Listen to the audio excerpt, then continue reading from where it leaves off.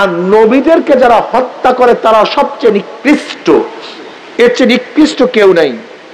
আবু জাহাল ঘোষণা দিছে, তোমাদের মধ্যে এমন কি আসো মুহাম্মাদের কল্যাণী আসতে পারবে, এরকম কি আসো? সাল্লাল্লাহু আলাইহি ওয়াসাল্লাম, নাউযু বিল্লাহ, এমন কি আসো? ওমর ইবনে খাত্তাব বলতেছে, লালুট 100 তৈয়ার করিয়া রাখো, আমি নিয়ে আসতেছি, অন্য কেউ দরকার নাই, এইটার জন্য আমি পারফেক্ট, আমি পারবো, অপেক্ষা করো, তৈয়ার করো লালুট, এই উপহার আমি নেব। নাঙ্গা তলোয়ার নিয়ে রওনা করছেন নবী আলাইহিস সালাতু ওয়াস সালাম সের মুবারক আনার জন্য। আচ্ছা বলেন তো, যেই ব্যক্তি নবী আলাইহিস সালাতু ওয়াস সালামকে হত্যা করার জন্য, সরদার দু আলমের সের আনার জন্য, আশরাফুল আম্বিয়াকে দুনিয়া থেকে ক্ষমতা খতম করার জন্য যেই ব্যক্তি নাঙ্গা তলোয়ার নিয়ে রওনা করছে, সে ভালো না খারাপ? এসছে কেউ নেই, ঠিক না? কিন্তু এই ব্যক্তি ইসলাম গ্রহণ করার পরে তার অবস্থাটা কি হয়েছে একটু দেখেন তো। সবচেয়ে দামি নবীগণ, নবীগণের চেয়ে দামি কেউ নেই। নবী আলাইহিস সালাতু কি বললেন, বুখারীর মধ্যে রওয়ায়াত আছে, আমার পরে কেউ নবী হইল ওমর নবী হয়ে যেত।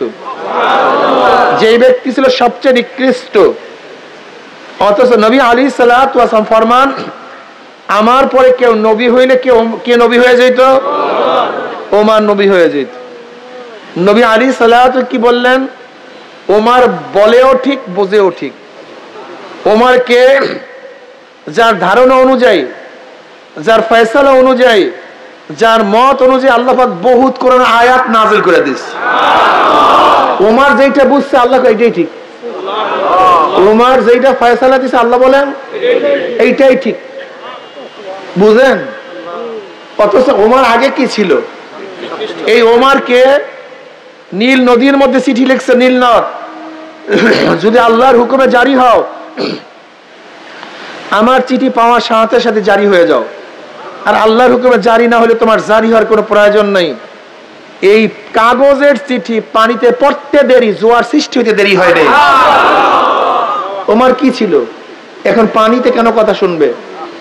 এই ওমর মদিনার মধ্যে খুতবা দিতেছিলেন, আর সারিয়া রাদিয়াল্লাহু আনহু সিরিয়ার মধ্যে যুদ্ধ করতেছিলেন।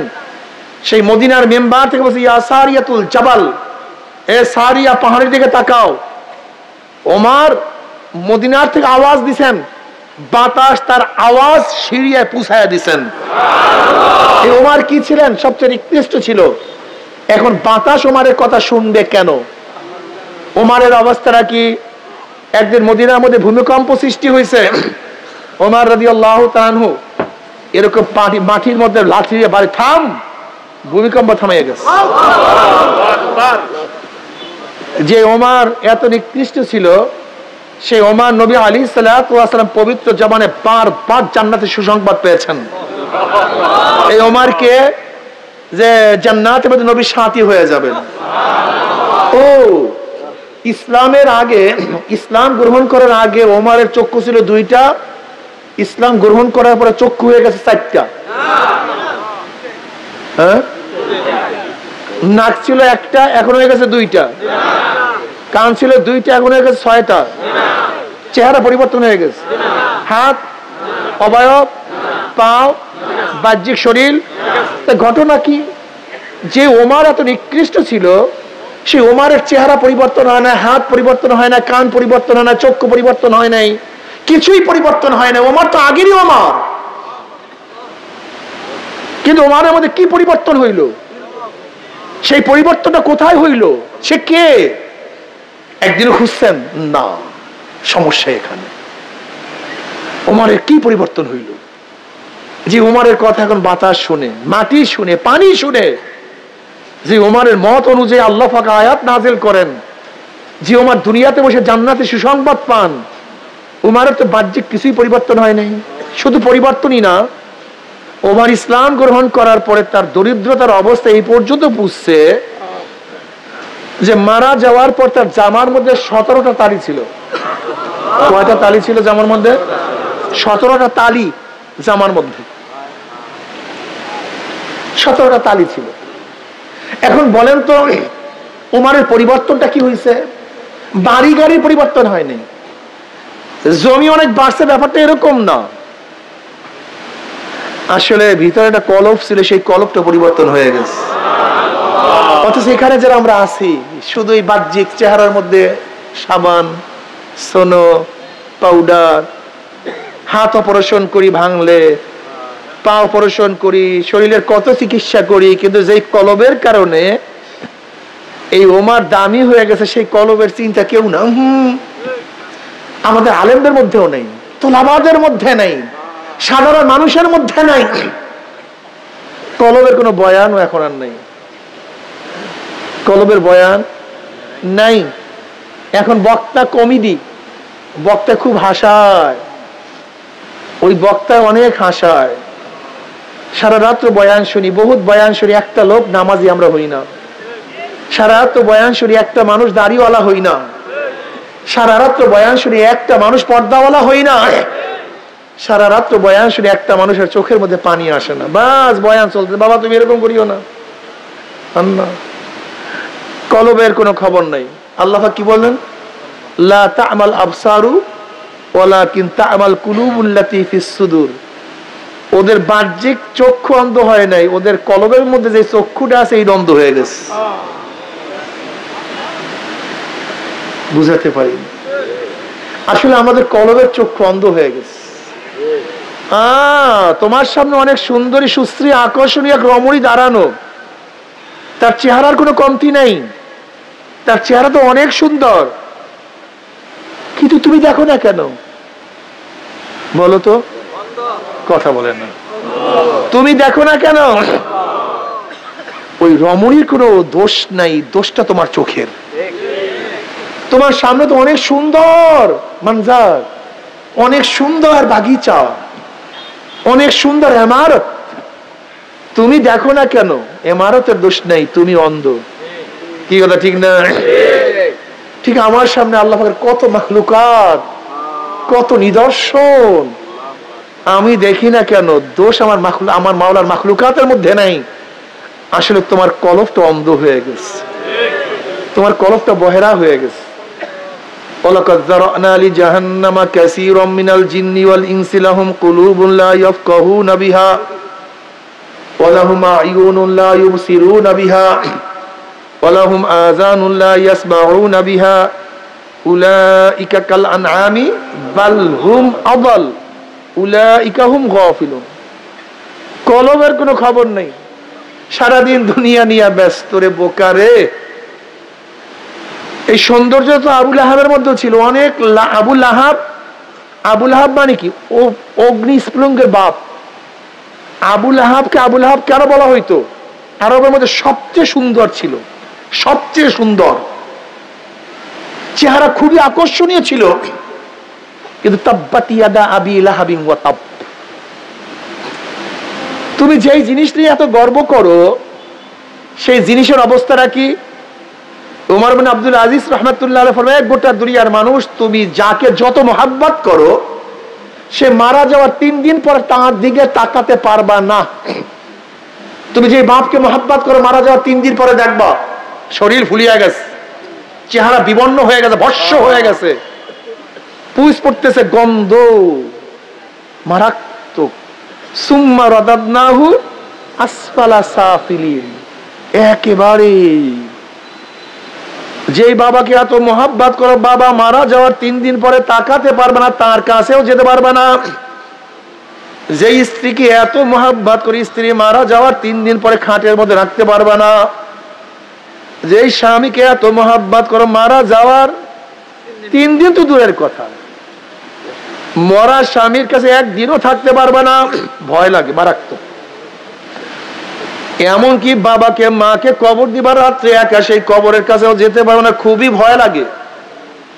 যেই শরীর একদিন ফুলিয়া যাবে, পচিয়া যাবে, একেবারে নিষ্ঠ হইয়া যাবে, সেই শরীরের জন্য কত কত ত্যাগ করলাম, কত অর্থ ব্যয় করলাম, কত জমি বিক্রি করে চিকিৎসা করলাম, হালেল গরু বিক্রি করিয়া চিকিৎসা করলাম, জমিন বিক্রি করিয়া চিকিৎসা করলাম, ঘর বাড়ি বিক্রি করিয়া কত চিকিৎসা করলাম, কিন্তু যেই রুহুর কোনো মহুয়াত নাই, যে রুহুর কোনো ক্ষয় নাই, কোনো লয় নাই,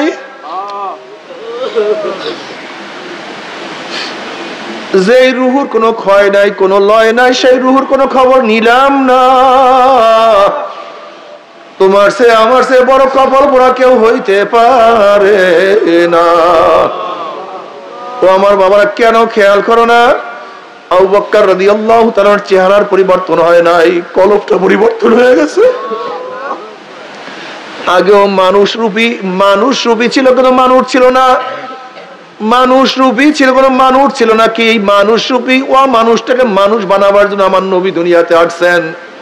তুমি কি দেখো না, হাজারো মানুষদেরকে দামি বানাবার জন্য আমার নবী দুনিয়াতে আসছেন। বেলালে হাবশী রাদিয়াল্লাহু তাআলা আনহু গোলাম জাত, গোলাম, নিজেও গোলাম, বাবাও গোলাম, দাদা গোলাম, 1 টাকার মালিকও তিনি ছিলেন না, 1 শতক জমিরও মালিক না। চেহারা কালো, কুৎসিত, দুনিয়ার মধ্যে কোনো দাম ছিল না, তার কোনো মূল্য ছিল না। আরবরা গোলামদের সাথে হীন এমন কোন অপরাধ নেই যে অপরাধ করতো না। গোলামদের সাথে তো পশুর চেয়েও খারাপ ব্যবহার করা হইতো। কিন্তু ঈমান আনার পরে, ইসলাম আনার পরে বেলাল হাবশীকে আমার মাওলায় কত কত মর্যাদা বাড়াইয়া দিছে। বেলালে হাবশী হাঁটে জমিনের মধ্যে, তার পায়ের আওয়াজ আরশের মধ্যে। বেলালে হাবশী হাঁটে জমিনের মধ্যে, পায়ের আওয়াজ আরশের মধ্যে। বেলালে হাবশী জমিনের মধ্যে আজান দেয়, 7 তবক আসমান ভেদ করে আরশের মধ্যে আজানের শব্দ পৌঁছিয়া যায়। কিয়ামতের ময়দানে সমস্ত মানুষ উঠবে পায়ে হাঁটিয়া, আর বেলালে হাবশী মর্যাদার কারণে উঠবে উটের পিঠে চড়িয়া। আমার নবী যে উটের উপরে থাকবেন, সেই উটের রশির লাগাম থাকবে বেলালে হাবশীর কাছে। এই মানুষটাকে কত দামি বানায় বলে, ইসলাম কত মূল্যবান বানায় বলাইছে। বাবারে, এ তো আগেকার ঘটনা বললাম। বর্তমান যুগে ইসলাম অনুযায়ী যারা চলে, ঈমান অনুযায়ী যারা চলে, আমার নবী আলাইহিস সালাতু ওয়াস সালামের আদর্শ নীতি মানিয়া যারা চলে, এই মাজলিসের মধ্যে এমন লোক আছে যারা একসময় খারাপ ছিল। এক সময় গাঁজা মদিয়া বা পান করতো, এখন জবানের মধ্যে জিকির জারি করিয়া ফেলাইছে। এক সময় নামাজ পড়তো, এখন নামাজ ছাড়তে পারে না। এক সময় সেলুনে গিয়া সময় লস করিয়া টাকা দিয়া দাড়ি কাটতো। ওই লোকটা কি এখন যদি 1 কোটি 100 কোটি টাকা দিয়া দেওয়া হয়, তোমাকে 100 কোটি টাকা দিলাম, তুমি দাড়ির মধ্যে পোষ মারো, ওই 100 কোটি টাকার মধ্যে লাথি মারবে, কিন্তু দাড়ির মধ্যে পোষ মারতে পারবে না। যে ব্যক্তি আগে সময় নষ্ট করিয়া দাড়ি কাটতো, আর এখন তাকে টাকা দিল দাড়ি কাটে না, কারণটাকে পরিবর্তনটা কোন জায়গায় হয়েছে?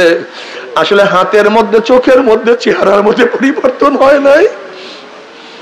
আগে কলবটা ছিল কালো, কুৎসিত, নিকৃষ্ট। এখন কলবটাকে ধোয়ার পরে সেই কালো সবকিছু ধরা পড়ে। বাবারে, তোমার সামনে আয়না, তুমি চেহারা দেখার জন্য বারবার চেষ্টা করো, কিন্তু আয়নায় কেন তোমার চেহারা দেখায় না? আসলে দোষ তো আয়নার না, তোমারও না। ওই আয়নার উপরে ময়লা পড়িয়া গেছে, ধুলা পড়িয়া গেছে। তুমি আয়নাকে পরিষ্কার করে দেখবা, আবার আয়না তোমার চেহারা দেখায় দিবে। ঠিক বাবারে, তোমার আমার কলবের মধ্যে ময়লা পড়িয়া গেছে, কলবটা নষ্ট হয়ে গেছে।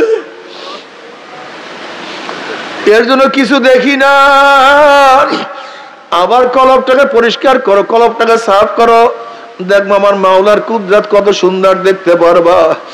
আকাশের দিকে তাকাইলে আমার মাওলাকে দেখতে পারবা, সূর্যের দিকে তাকাইলে আমার মাওলাকে দেখতে পারবা, পানির দিকে তাকাইলে আমার মাওলার কুদরত দেখতে পারবা। हर गुल में तू है, रंग में तू है, बो में तू, जिधर देखता हो मैं तू ही तू है, तू ही तू है, तू ही तू। मौला আমি তো ফুল দেখি না, আমি দেখি ফুলটাকে কিভাবে তুমি বানাইছো। আমি তো ফুলের রং দেখি না, আমি দেখছি এই ফুলের মধ্যে রং কিভাবে লাগাইছো। আমি তো ফুলের ঘেরান শুনি না, আমি দেখি এই ফুলের মধ্যে কিভাবে ঘেরান ঢুকাইছো। তুমি সব আহসানুল খালিকিন, তুমি সবচেয়ে উত্তম স্রষ্টা। তুমি মালিক, তুমি রব, তুমি তুমি তুমি जिधर देखता हो मैं तू ही तू है, तू ही तू है, तू ही तू। আমি সব জায়গায় শুধু তোমাকেই দেখি। আমার মাওলা ডাক দিয়ে বলো ফি আনফুসিকুম আফালা তুবসিরুন, এ বান্দা আমাকে খোঁজার জন্য তুই কোথায় যাও? আমাকে খোঁজার জন্য চাঁদে যাওয়ার দরকার নাই, মঙ্গল গ্রহে যাওয়ার কোনো দরকার নাই, আমাকে খোঁজার জন্য সাগরের নিচে যাওয়ার কোনো প্রয়োজন নাই, আমাকে খোঁজার জন্য সৌদি আরব যাওয়ার দরকার নাই, আমেরিকা ইংল্যান্ড যাওয়ার দরকার নাই। আমি তো তোর মধ্যেই আছি, তুই কেন দেখো না? অফি আনফুসিকুম আফালা তুবসিরুন, আমি তো তোর মধ্যেই আছি। বাবারে তোমার কাশি তোমার বন্ধু দাঁড়ানো, কেন তুমি দেখো না? তোমার বন্ধুর তো দোষ না, তুমি অন্ধ। আমার মাওলা তো আমার মধ্যে, আমি কেন দেখি না? আমার কলম বন্ধ হয়ে গেছে, এর জন্য আমি মাওলাকে দেখি না। আমার মাওলা বলে ফাইনামা তু আল্লু ফাসাম্মা ওয়াজহুল্লাহ, তোর চেহারা যেই দিকে ঘোরা সেই দিকে আমি।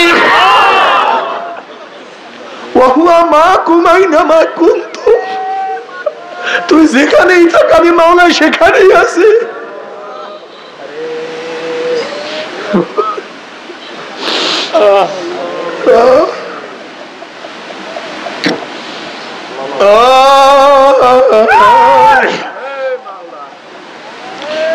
ও আমার যুবক বাবা, মাওলাকে নিয়ে থাকো, মাওলাকে নিয়ে চলো। কি যে মজা, কি যে মজা! মাওলার আশেক ছাড়া কেউ তো বুঝবে না, বুঝাতেও পারবে না। ও আমার যুবক বাবা, কেন মাওলার পাগল হবে না? ঈসা আলাইহিস সালাতু ওয়াস সালাম একদিন এক জায়গা থেকে এক বস্তির নিকট থেকে রওনা করলেন। এক যুবক নবী ঈসাকে দেখিয়ে চিনিয়া ফলাইছে, এই জমানার নবী ঈসা। যুবক বলতে ছাড়লেন, ঈসা আপনি আল্লাহর কাছে দোয়া করেন, মাওলা যেন তার মুহাব্বতের অনু পরিমাণ মুহাব্বত আমাকে দান করে। ঈসা আলাইহিস সালাতু ওয়াস সালাম বললেন, তুমি মাওলা পাকের এক অনু পরিমাণ মুহাব্বত সহ্য করতে পারবে না।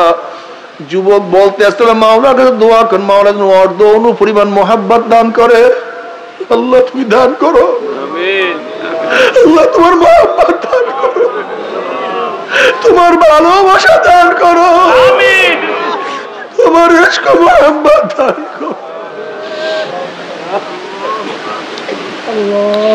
আল্লাহুম্মা জাল হুব্বাকা হাব্বা ইলাইয়া মিন নাফসি ওয়া আহলি ওয়া মিনাল মাইল বারিদ। নবী ঈসা আপনি আল্লাহর কাছে দোয়া করেন, আল্লাহ যেন তার অর্ধ অনুপরিমাণ মুহাব্বত আমাকে দান করে। নবী ঈসা আলাইহিস সালাতু ওয়াস সালাম আল্লাহর কাছে দোয়া করেন, মাওলা হে এই যুবককে তোমার মুহাব্বতের অর্ধ অনুপরিমাণ মুহাব্বত দান করো। এই দোয়া করিয়া ঈসা আলাইহিস সালাতু ওয়াস সালাম সেখান থেকে চলিয়া গেলেন। অনেকদিন পরে সেই বস্তির নিকটে আসার পরে বস্তির লোকদের কাছে জিজ্ঞাসা করে, এই যেই যুবকটার জন্য দোয়া করলাম সেই যুবকটা কোথায়?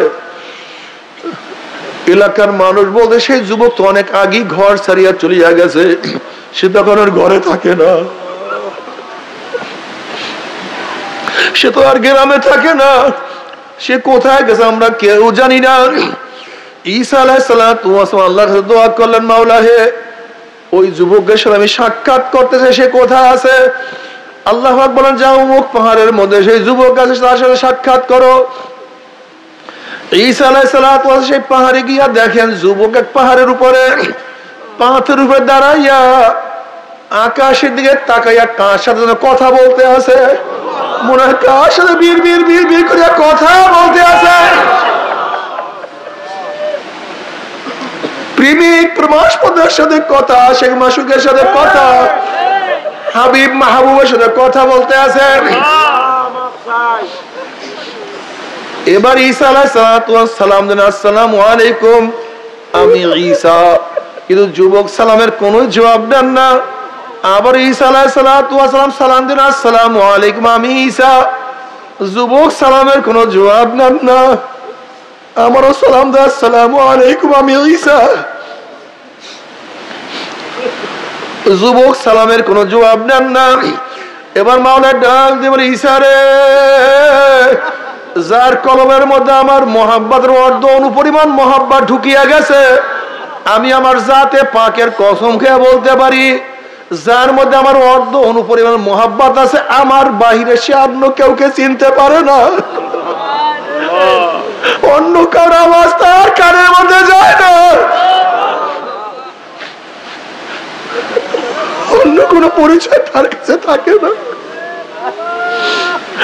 খোদা মুঝসে মুঝকো দূর কর, তাকে দেখো মুঝমে তুঝকো এক নজর। আল্লাহ তুমি আমাকে আমার থেকে দূর করিয়া দাও, তুমি আমার মধ্যে আসো, তুমি একটু মোহাব্বত করো। ও আমার যুবক বাবারা, মুরব্বী বাবারা, পর্দার মা বোনেরা, ও আমার মা বোনেরা, রাবেয়া বসরি রহমাতুল্লাহ আলাইহা কত বড় মাওলার আশিক ছিলেন। আল্লাহ তাকে প্রশ্ন করা হয়েছে, রাবেয়া বিবাহ করা সুন্নাত, তুমি কেন বিবাহ বসো না? রাবেয়া বসরি রহমাতুল্লাহ আলাইহা জবাব দেন, দেখো বিবাহ করা সুন্নাত কোনো সন্দেহ নাই, কিন্তু স্বামীর খেদমত করা আমার জন্য ওয়াজিব, আমার জন্য খুবই জরুরি, স্বামীকে মোহাব্বত করা আমার জন্য খুবই জরুরি। কিন্তু আমার সাথীরা, আমার কলবের মধ্যে স্বামীকে মোহাব্বত করার মতো, স্বামীকে স্থান দেওয়ার মতো কোনো জায়গা খালি নাই। আমার কলমের মধ্যে আমার মাওলার মোহাব্বত এমন ভাবে ঢুকছে, আমি যেদিকে তাকাই শুধু মাওলা মাওলার মাওলা, মাওলার মোহাব্বত ছাড়া অন্য কার মোহাব্বত ঢুকাবার কোনো জায়গা নাই। মাওলা রে,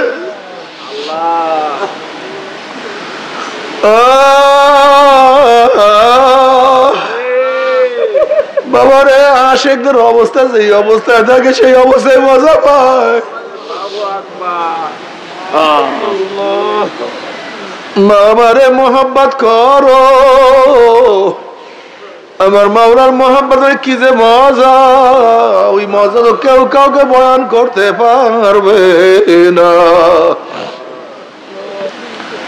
কিয়ামতের ময়দানে আশিকদের অবস্থা কি হবে? আশিকারা রোজে মাহশার বা কিয়ামত কারিনিস, আশিকারা রোজে মাহশার বা কিয়ামত কারিনিস, আশিকারা জুস্তামাশাই জামাল হুয়ারিনিস।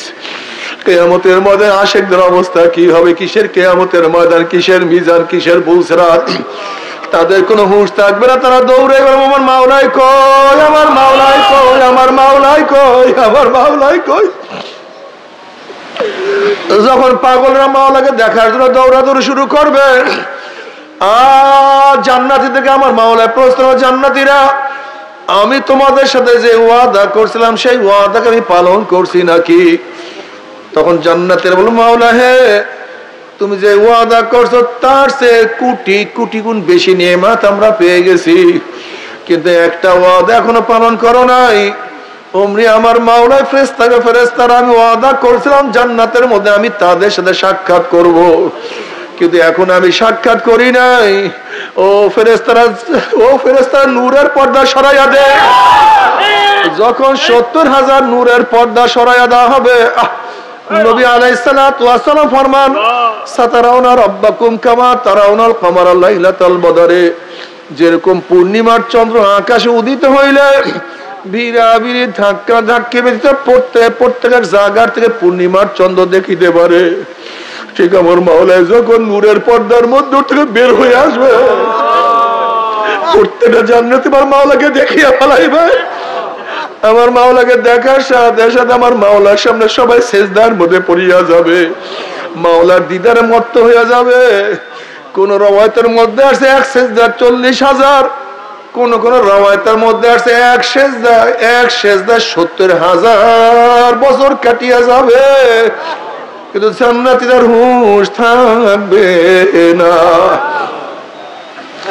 নবী আলাইহিস সালাতু ওয়াস সালাম ফরমান, মান আহাব্বা লিকা আল্লাহ আহাব্বা আল্লাহু লিকাহু ওয়া মান কারিহা লিকা আল্লাহ কারিহা আল্লাহু লিকাহু। যারা মাওলার সাথে সাক্ষাৎ করাকে পছন্দ করে, আমার মাওলা তাদের সাথে সাক্ষাৎ দেওয়ার জন্য অপেক্ষায় আছে। আমার মাওলা তাদের সাথে সাক্ষাৎ দেওয়ার জন্য অপেক্ষায় আছে। বাবারে, যখন দুলহান শ্বশুর বাড়িতে যায়, শ্বশুর বাড়ি কত আয়োজন, কত গেট, কত সাজানো, কত গুছানো, দস্তারখানে অনেক ডিজাইনের খানা। সবাই খানার দিকে ব্যস্ত, খানা নিয়ে ব্যস্ত, সৌন্দর্যের দিকে ব্যস্ত, কিন্তু দুলহানের কলমের মধ্যে শুধু একটাই খেয়াল, আমাকে কখন খাস কামড়ায় নিয়ে যাইবে, কিসের খানা, কিসের সজ্জা। ওইদিকে দুলহানের কোনো খেয়াল নাই, দুলহানের খেয়াল কখন আমাকে ডাক দিবে। ঠিক আশিকদের অবস্থা এরকম, কিসের ঘর, কিসের বাড়ি, কিসের জান্নাত, কিসের জাহান্নাম, তাদের খেয়াল আমার মাওলা কখন ডাকবে।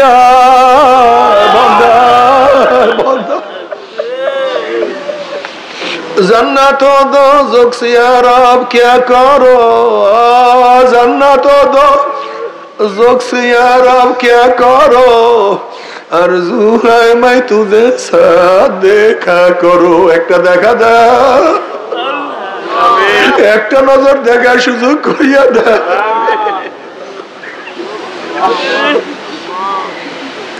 আল্লাহ বাবারে, কিছু দেখতে ইচ্ছে, আমার মাওলাকে দেখার অপেক্ষায় থাকো। কিছু যদি ভালোবাসতে ইচ্ছে, আমার মাওলাকে ভালোবাসো। আল্লাহ, তবে বাবারে সাধনা করো, সাধনা ছাড়া হবে না, সাধনা ছাড়া হবে না, সাধনা ছাড়া আমার মাওলাকে কেউ পায় না, কেউ পাবে না। আল্লাহ তৌফিক দিয়ে দাও। যদি মাওলাকে রাজি খুশি করে মাওলার কবর যাও, মজার মজা, মজার মজার মজা। আর যদি মাওলাকে রাজি খুশি না করিয়া মাওলার কবরে যাও, আল্লাহ এমন আযাব, ওই আযাব কেউ সহ্য করতে পারবে না। তবে মুমিন মুসলমান বলতে সবাই মনে চায় গুনার থেকে ফিরিয়া নেক আমল করিয়া মাওলার জান্নাত, কিন্তু সবাই যাইতে মনে চায়। গুনাহ নিয়া মাওলার জাহান্নামে কাউরে কিন্তু যাইতে মনে চায় না। কিন্তু কেনই বা নেক আমল করতে পারি না, কেনই বা গুনার কাম ছাড়তে পারি না? এর মূল কারণ হলো আপনার এবং আমার পিছনে নফস এবং শয়তান লাগিয়া রইছে।